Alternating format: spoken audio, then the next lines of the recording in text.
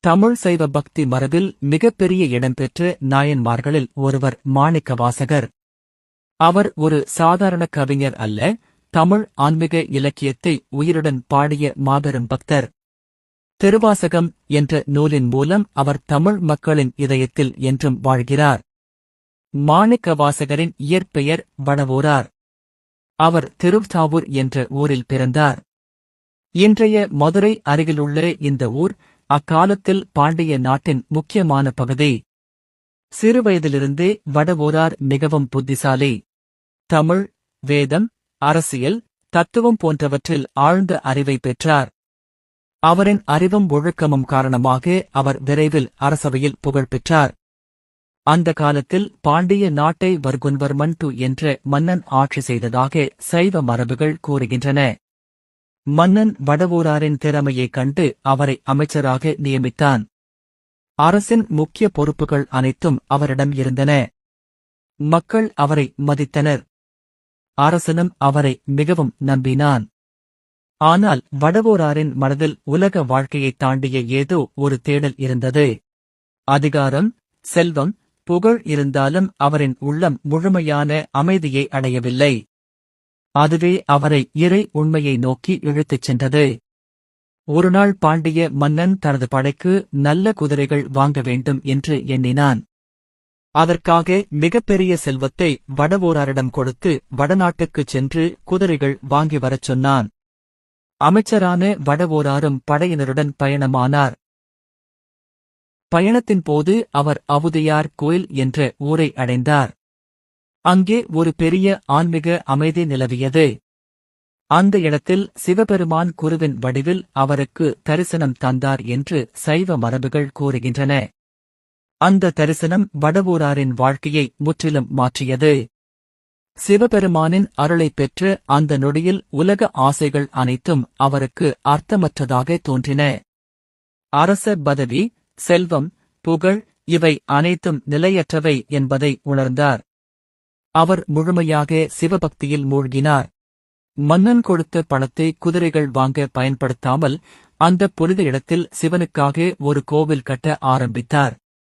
பின்னர் அந்த இடமே இன்று புகழ்பெற்ற அவுடையார் கோவிலாக அறியப்படுகிறது. கோவில் கட்டுமானத்தில் அவர் முழுமையாக ஈடுபட்டார்.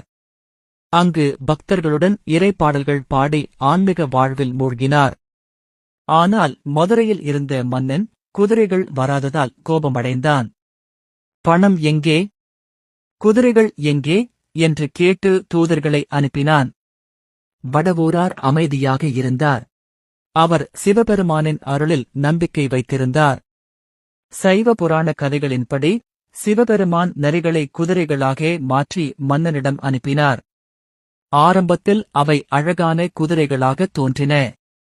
மன்னனும் மகிழ்ந்தான். ஆனால் இரவு நேரத்தில் அவை மீண்டும் நரிகளாக மாறிவிட்டன. இதனால் அரண்மனையில் குழப்பம் ஏற்பட்டது. மன்னன் மிகவும் கோபமடைந்து வடவூராரை தண்டிக்க நினைத்தான். அப்போது சிவபெருமான் பல அதிசயங்கள் செய்து வடவூராரை காப்பாற்றினார் என்று புராணங்கள் கூறுகின்றன. இதன் மூலம் மன்னனும் இறுதியில் சிவனின் மகிமையை உணர்ந்தான். இந்த நிகழ்வுகளுக்குப் பிறகு வடவூரார் முழுமையாக இறை சேவைக்காக வாழ ஆரம்பித்தார். அவர் பல சிவத்தலங்களுக்கு பயணம் செய்தார். எங்கு சென்றாலும் சிவபெருமானின் மகிமையை பாடினார். அந்தப் பாடல்கள் பின்னர் திருவாசகம் என்ற மாபெரும் நூலாக தொகுக்கப்பட்டன. திருவாசகம் தமிழ் பக்தி இலக்கியத்தின் உச்சமாக கருதப்படுகிறது. இதில் உள்ள பாடல்கள் சாதாரண பக்தி பாடல்கள் அல்ல, மனித ஆன்மாவின் துயரம், இறைவனை அடைய வேண்டிய ஏக்கம், பிறவிச் சுழற்சியின் வேதனை, இறை அருள் போன்ற ஆழமான உணர்வுகள் இதில் வெளிப்படுகின்றன. திருவாசகத்தின் முதல் பகுதியே சிவபுராணம். இது நமச்சிவாய வாழ்க என்ற வரியால் தொடங்குகிறது. இந்தப் பாடல் இன்றும் கோவில்களில், வீடுகளில், ஆன்மீக நிகழ்ச்சிகளில் பாடப்படுகிறது. மாணிக்கவாசகர் எழுதிய மற்றொரு முக்கிய நூல் திருக்கோவையார். இதில் ஆன்மாவுக்கும் இறைவனுக்கும் இடையிலான உறவு காதல் வடிவில் விளக்கப்படுகிறது. மாணிக்கவாசகரின் பாடல்களில் மிகுந்த தாழ்மை காணப்படுகிறது. அவர் தன்னை எப்போதும் அறியாதவன், பாவி, நாயினம் கீழானவன் என்று கூறிக்கொள்கிறார். ஆனால் அதே நேரத்தில் சிவபெருமானின் கருணை எல்லையற்றது என்றும் பாடுகிறார். அவரின் பாடல்கள் தமிழ் மக்களின் மனதில் ஆழமான தாக்கத்தை ஏற்படுத்தின. அதனால்தான் ஒரு பழமொழி உருவானது. திருவாசகத்திற்கு ஒரு கார், ஒரு வாசகத்திற்கும் ஒரு கார். அதாவது திருவாசகத்தை கேட்டு மனம் உருகாதவர் எந்த இலக்கியத்தாலும் உருகமாட்டார் என்பதே அதன் அர்த்தம். மாணிக்க வாசகர் இறுதியில் சிதம்பரம் நட்ராஜ் டெம்பிள் சென்றார் என்று சைவ மரபுகள் கூறுகின்றன. அங்கு சிவபெருமானின் ஆனந்த தாண்டவத்தை தரிசித்து இறைவனுடன் ஒன்றாக கலந்தார் என்று நம்பப்படுகிறது.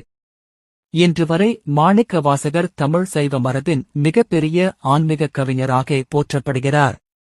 அவர் பாடிய திருவாசகம் உலக வாழ்க்கையின் நிலையின்மையையும் இறை அன்பின் பெருமையையும் மனிதர்களுக்கு நினைவூட்டுகிறது. அவரின் வாழ்க்கை ஒரு அமைச்சரின் வாழ்க்கையிலிருந்து ஒரு மாபெரும் ஞானியின் வாழ்க்கையாக மாறிய ஆன்மீகப் பயணமாகும்.